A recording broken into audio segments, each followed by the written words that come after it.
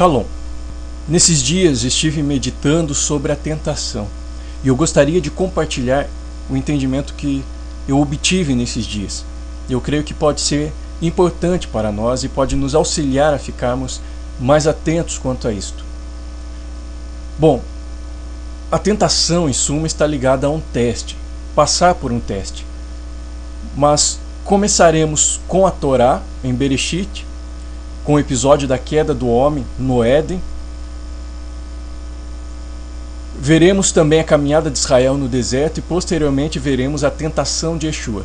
E no final deste entendimento faremos uma síntese sobre a tentação. Primeiramente, a tentação está relacionada ao engano. E o que seria um engano? Bem, seria fazer algo parecer que é, porém não sendo. Há uma distorção da imagem, ou seja, as pessoas olham com uma visão distorcida achando que estão vendo algo real. Porém, não é real, é falso. É como olhar diante de um espelho. Há uma imagem falsa paralela à verdadeira. Isto foi o que ocorreu desde o princípio no Éden. E nós vemos em Bereshit, em Gênesis, no episódio da queda do homem, em Gênesis 3, quando após uma conversa com a serpente, a palavra nos declara, as escrituras nos declaram, no verso 6, que a mulher viu que a árvore era boa para se comer e agradável aos olhos. E no verso seguinte, os olhos de ambos, homem e mulher, foram abertos. As palavras que a mulher ouviu da serpente fez com que ela olhasse de forma diferente, tendo por consequência a queda, a dor, o sofrimento. Hoje a humanidade sofre com este olhar do conhecimento do bem e do mal. Portanto, a serpente vem enganando desde o jardim, distorcendo a visão da humanidade, lançando sugestões nas mentes para gerar confusão, e assim a pessoa já não sabe o que deve ou não fazer. A serpente fez com que a mulher visse um vivereis, enquanto o Eterno havia dito morrereis. Então vejamos o que o Eterno disse em Gênesis 2:17. Mas a árvore do conhecimento do bem e do mal não comerás, porque no dia em que dela comeres, certamente morrerás. E a serpente disse, Gênesis 3:1, mas a serpente mais sagaz que todos os animais selváticos que o Senhor Elohim tinha feito, disse à mulher, é assim que Elohim disse, não comereis de toda a árvore do jardim? Então aqui a gente pode observar que a serpente procura confundir a cabeça da mulher, fazendo uma pergunta relacionada a uma meia-verdade, para sugestionar a mente da mulher para outra direção. Porque a serpente diz, não comereis de toda a árvore do jardim? Não foi isso que Elohim disse? Mas não foi isso que Elohim tinha dito. Mas isso foi para fazer com que a mulher pensasse em outra direção. E assim começasse a haver uma confusão. Bom, em Gênesis 3:4 diz assim, então a serpente disse à mulher, é certo que não morrereis. Então a visão da mulher e do homem foi mudada, foi transformada. Gênesis 3, 6 e 7 diz assim, vendo a mulher que a árvore era boa para se comer, agradável aos olhos e árvore desejável para dar entendimento, tomou-lhe do fruto e comeu e deu também ao marido e ele comeu. Abriram-se então os olhos de ambos e percebendo que estavam nus, coseram folhas de figueira e fizeram cintas para si.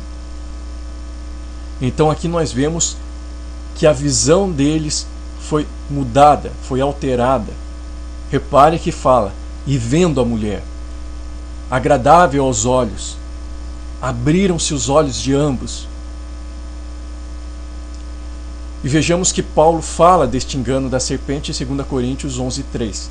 Diz assim, mas receio que assim como a serpente enganou a Eva com a sua astúcia, assim também seja corrompida a vossa mente e se aparte da simplicidade e pureza devidas ao Messias.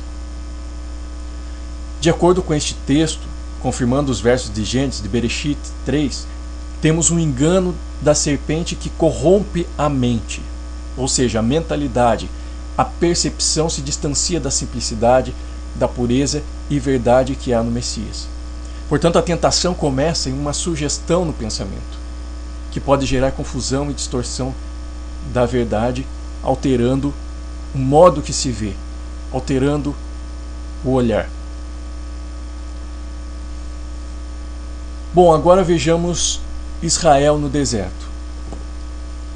Os filhos de Israel tinham fome no deserto, eles tinham um desejo dentro deles.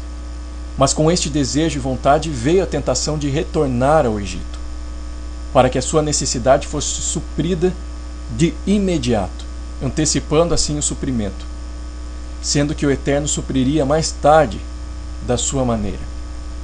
Números 11, 4 e 5 declara assim: E o populacho que estava no meio deles veio a ter grande desejo das comidas dos egípcios, pelo que os filhos de Israel tornaram a chorar e também disseram: Quem nos dará carne a comer?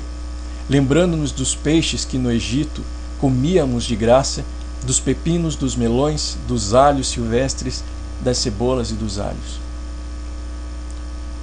Bom, aqui nós vemos que Israel tinha um desejo, e por este desejo então veio a tentação de suprir esse desejo retornando ao Egito, porque o desejo gerou a vontade de ter aquele desejo suprido de forma imediata. Observemos agora a tentação sofrida por Yeshua no deserto. Entendo que podemos aprender muitas lições que livrarão os nossos pés da queda. Então vejamos Lucas 4, verso 1 ao 13. E Yeshua, cheio do Espírito de Elohim, Ruach HaKodesh, voltou do Jordão e foi guiado pelo mesmo Espírito no deserto, durante 40 dias sendo tentado pelo diabo. Nada comeu naqueles dias, ao fim dos quais teve fome.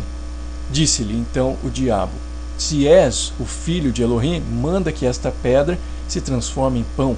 Mas Yeshua lhe respondeu: Está escrito, não só de pão viverá o homem. E elevando-o, mostrou-lhe no momento todos os reinos do mundo.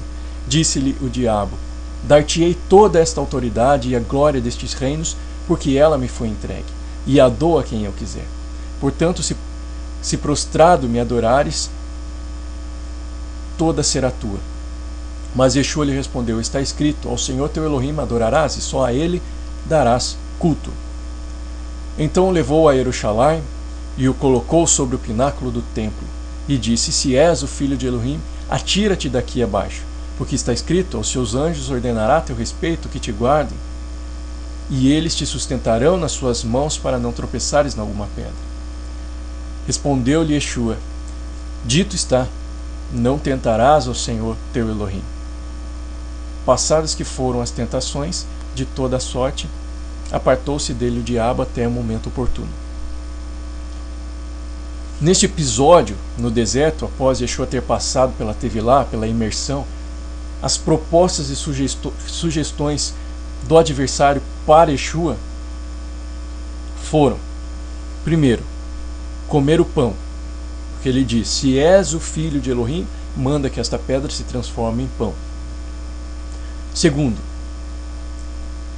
autoridade e reinos do mundo, porque disse: E elevando mostrou-lhe no momento todos os reinos do mundo. Disse-lhe o diabo: Dar-te-ei toda esta autoridade e a glória destes reinos, porque ela me foi entregue, e a dou a quem eu quiser. Portanto, se prostrado me adorares, toda será tua. Terceiro, antecipação ministerial, porque assim foi dito. Então o levou a Jerusalém e o colocou sobre o pináculo do templo e disse: Se és o filho de Elohim, atira-te daqui, porque está escrito, aos seus anjos ordenará a teu respeito que te guardem. Então podemos notar que as sugestões propostas do adversário eram coerentes, e que até mesmo Yeshua poderia fazer, tal como transformar a pedra em pão e comer, pois ele estava com fome e já havia acabado os 40 dias. E Yeshua também poderia pular do templo, e certamente o adversário falou algo que não era de todo mentira, pois usa as escrituras. E se Yeshua quisesse, também poderia ter os reinos do mundo. Vejamos alguns versos que nos mostram que Yeshua receberia do Pai no tempo certo o pão, os reinos, e seria visto pelos sacerdotes no templo, e ele iniciaria e teria o seu serviço no templo. Então, primeiro, Yeshua come o pão da Pêssar, simbolizando o seu corpo. Lucas 24:30. E aconteceu que quando estavam à mesa tomando ele o pão, abençoou e tendo partido lhes deu. Segundo, Yeshua recebe os reinos do mundo. Apocalipse 11:15. O sétimo anjo tocou a trombeta e houve no céu grandes vozes dizendo: o reino do mundo se tornou do seu Senhor e do seu ungido, do seu Messias, Mashiach, e ele reinará pelos séculos dos séculos.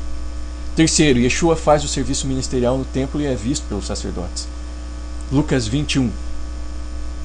Aconteceu que num daqueles dias, estando Yeshua a ensinar o povo no templo e a evangelizar, sobrevieram os principais sacerdotes e os escribas, juntamente com os anciãos.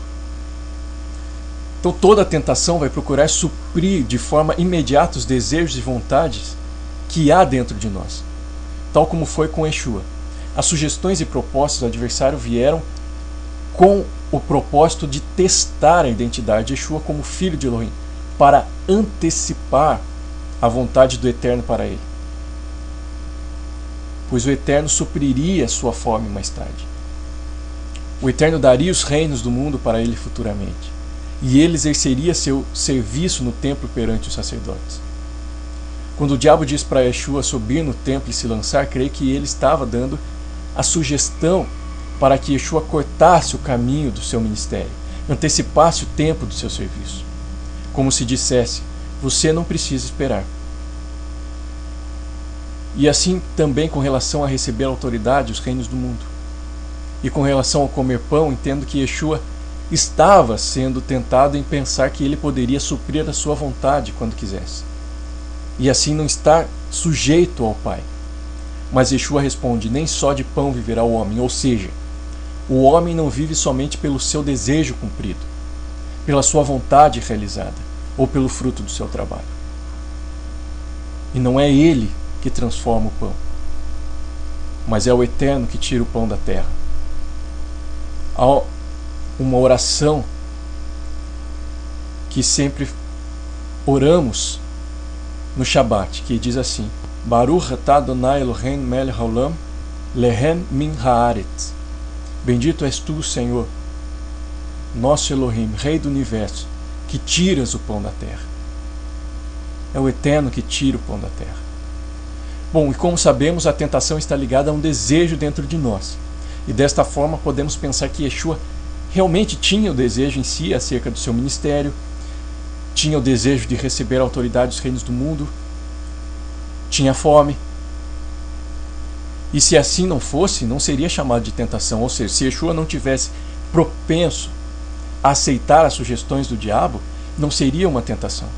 Seria como se eu não fumasse e não tivesse desejo de fumar, e alguém me oferecesse um cigarro. Isto para mim não seria uma tentação, pois não tenho desejo de fumar. Mas com relação a Yeshua, vemos que o adversário busca antecipar o tempo do cumprimento da vontade do Pai. Mas a questão que fica é que nem sempre as boas sugestões e propostas provêm do Eterno. E outro ponto importante é a questão da identidade. Repare que houve na tentação de Yeshua o questionamento: se tu és o filho de Elohim. Entendo com esse questionamento que foi necessário para que Yeshua realmente soubesse quem era, no sentido de que ele estava como homem. As tentações também são para nos conhecermos, para sabermos até onde podemos ir, nossos limites. E sendo assim, a tentação também procura testar a nossa identidade no Eterno, ou seja, quem somos nele. E irão surgir propostas como: você é filho de Elohim, você pode ter esse emprego, você pode ganhar este salário, você pode seguir este caminho mais rápido, você pode fazer esta faculdade, você pode fazer isso, você pode fazer aquilo, você pode ficar aqui, você pode ir para lá. Se tu és o filho, desce da cruz, desce do madeiro. Porém, como vemos em Yeshua, ele usou a palavra do Pai, ele usou a Torá do Pai. E Yeshua disse: está escrito. Mas não creio que Yeshua simplesmente venceu a tentação porque disse: está escrito. mas sim porque a palavra do Pai, a Torá do Pai, estava escrita dentro dele, nele. Yeshua não venceu por si mesmo, achando-se forte e capaz em si. Ele usou a palavra do Pai, ele usou a Torá do Pai. E assim também é conosco, que estejamos atentos às sugestões e propostas e que a palavra do Eterno esteja escrita dentro de nós. Então, fazendo uma síntese, a tentação procura suprir de imediato um desejo ou vontade que há dentro de nós, e um desejo que não é necessariamente ilícito, mas pode ser lícito também. Procura antecipar o tempo da vontade do Eterno para nós, procura testar a nossa identidade no Eterno, procura apresentar sugestões e propostas aparentemente coerentes, procura encurtar o tempo e o caminho do cumprimento da palavra do Eterno para nós, da sua vontade para nós, das suas promessas para nós, estando ligado à afirmação: você não precisa esperar. Então que o Eterno não nos deixe cair em tentação, mas nos livre do mal. Shalom.